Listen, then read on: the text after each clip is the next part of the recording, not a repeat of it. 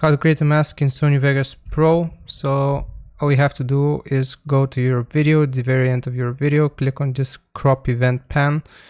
Now over here, make sure you check this mask layer so that it works.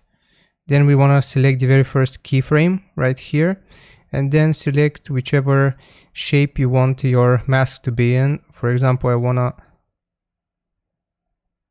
focus on this or make it blurred out or blacked out. So you just drag and drop the shape you want on your very screen. Then after that, what you can do is press this and it inverts it, and this is a positive mask. So either this one will make you focus only or have only this part of the video selected, whereas this one will have it removed. So, but if we move on to the later on in the video, as you can see, the thing moves, but this one doesn't. How can we keyframe it? So if you want this mask to follow your video, for example, let's say it's going down, what you can do is click on this mask layer.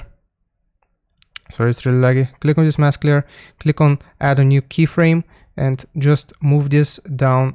For example, if you want to hide something else like the dates, right?